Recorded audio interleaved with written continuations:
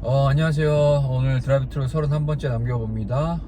오늘은 교회는 출근 안 했고요. 대신에 북한선교연합이라고 제가 매달 한 달에 한 번씩 섬기는 북한선교 관련한 기도 모임을 가는 길입니다.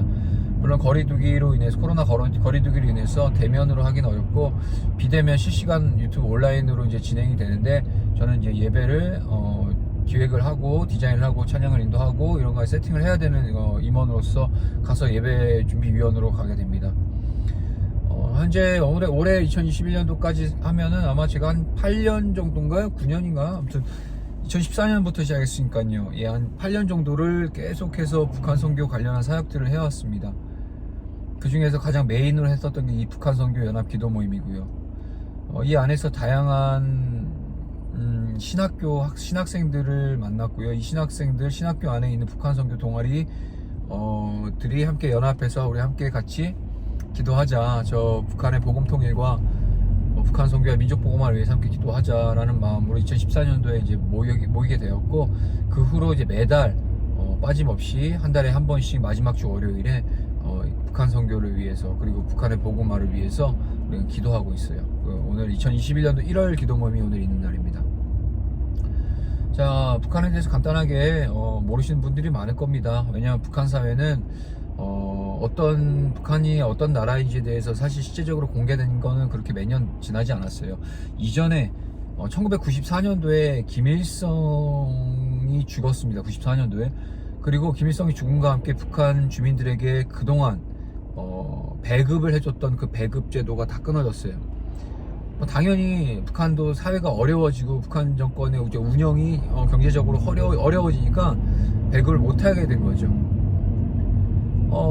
평생을 배급을 받으면서 살아왔던 북한 주민들이 하루아침에 배급 제도가 끊기니까 뭐 자본주의처럼 스스로 어떻게 경제활동을 해서 먹고 사는 것에 익숙하지 않은 사람들이니까 대량의 굶어 죽게 된 아사 사건이 일어납니다. 그래서 94년도부터 2000년 초반까지 실제적으로 북한 안에서는 300만 명이 굶어 죽은 사건이 일어났어요. 여기에 대해서 북한 정권은 뭐라고 얘기하냐? 고난의 행군이다. 이거 말은 뭐냐면은 북한은 한당 체제잖아요. 공산주의다 보니까, 사회주의다 보니까 당을 위해서 희생한 어떤 그런 국민들, 백성들이 당을 위해서 희생한 거다라고 그렇게 포장을 하죠. 300만 명이 아사되었는데, 어쨌든 그 사건에 대해서 그래서 자기네들이 뭐라고 붙이냐, 북한 정권은 고난의 행군 기간이다라고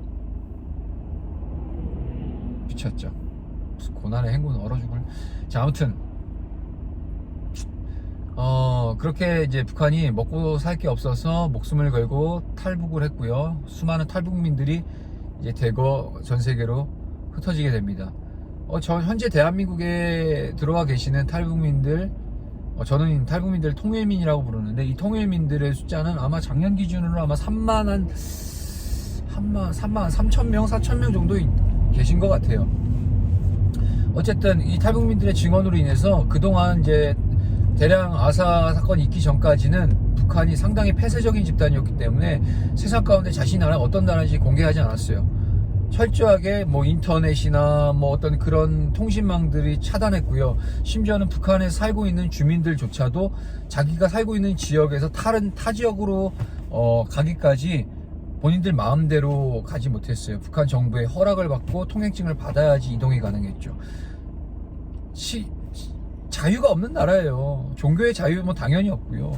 지금 20년 가까이 북한이란 나라가 전 세계 기독교 박해 국가 1위 국가로 거의 20년 가까이 부동의 1위를 지키고 있는 게 북한이에요. 왜냐? 예수님 믿으면 바로 잡아가죠. 그리고 수용소 보내든가, 특히나 예수님을 믿는 거 그렇지만 자기 혼자 믿는 건 괜찮은데, 만약에 예수를 믿으라고 주변에 이제 증거가 있다 그러면 사상 변절했다고 해가지고 정치범 수용소, 결국에 죽을 때까지 엄청난 그 노동을 해야 되는 그런 수용소에 갇혀서 평생 동안 살아갈 수밖에 없는 그런 나라가 아직도 여전히 존재합니다. 제가 지금 이렇게 고속도로 타고 지금 가고 있지만 제가 있는 자리에서 단 2시간이면 갈 수 있는 저 땅, 저 DMZ 넘어서 있는 저 땅, 거기서 벌어지는 현재 지금 벌어지고 있는 상황이 지금 북한이에요.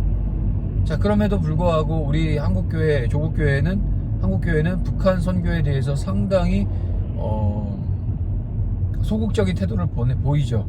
왜냐, 뜨거운 감자가 될 수 있거든요. 뜨거운 감자, 입에 넣으면 뜨거워요. 맛은 있지만 먹고 살려면 입에는 넣어야 되겠는데 넣으면 되게 뜨거운 거예요. 그게 뭐냐, 우리 대한민국이 지금 한반도 자체가 남과 북으로 분열되어 있고, 이 분열된 원인이 뭡니까? 이데올로기, 어떤 사상적인 분열 때문에 있지 않습니까? 그러다 보니까 우리나라도 뭐 보수냐 진보냐, 뭐 빨갱이냐, 아니면 뭐 종북이냐, 뭐 아니면 뭐 여러 가지 있잖아요. 뭐 일본 뭐 친일파냐, 뭐 다양한 어떤 이념적인 어떤 그 색깔이 입혀져서 여러 가지 분열의 대한민국이죠. 극심한 분열 가운데 있어요, 저희 나라가. 뭐 광화문이냐, 서초냐, 태극기냐, 촛불이냐, 다양한 분열의 어떤, 근데 그 분열의 그 중심엔 뭐가 있냐, 바로 저 북한이 있는 거예요. 북한 정권이. 아무튼 그러다 보니까 한국 교회 안에서도 북한 선교를 상당히 하는 것을 꺼려하죠. 왜냐, 교인들 안에서도 정치적인 어떤 이념 차이가 있을 수 있고, 진보와 보수의 어떤 그 차이가 대립이 있기 때문에 그 대립구도를 굳이 만들고 싶지 않은 거예요. 그런데 자, 뭐 이념도 먹고 좋고 뭐 다 좋아요. 뭐 그럴 수 있어요. 사람이 뭐 생각하다 보면 자기 생각이 있을 수 있는데, 문제는 근데 우리가 예수 그리스도로 말미암아 구원받은 하나님의 백성으로서 우리 형제들이 저 땅에서 2,300만, 현재 북한 주민들 한 2,300만 정도 되는 것 같아요. 2,300만 주민들이 통틀어서 신천지 싸잡아 집단, 그 신천지 집단으로서 볼모 잡혀 있다고 하면, 살아서도 지금 먹고 살 게 없어서 여전히 저 북한 땅에는 평양 외에 지방이나 이런 데서 아직도 굶어 죽은 사람이 있어요. 실제로 아직도 여전히. 그리고 굶어 죽지 않더라도 진짜 먹고 살 게 당장 내일을 걱정해야 되는 사람들이 많고요. 더군다나 자유가 없다 보니까 스스로 경제활동하는 것 자체도 제한되어 있고요. 뭐 어쩌자는 거예요. 아무튼 그런 세상에 살고 있는 저 북한 형제를 향하여서, 형제로서 우리가 그것도 영적인 부분으로 우리가 가지고 간다면은 저들을 위해서 기도 안 할 수가 없죠. 우리 한국교회가 저 북한을 위해서, 북한에 있는 우리 형제 주민들을 위해서, 저들의 영혼을 위해서, 저들이 살려주십시오라고 당장이라도 애통하고 가슴을 찢고 우리가 머리에 죄를 뒤집어 쓰고 주님 앞에 기도해야 되는데, 그렇지 않죠. 분쟁 날까봐, 교회 성도들끼리 싸울까봐, 눈치 보느라고, 사람을 기쁘게 하랴 하나님을 기쁘게 하랴.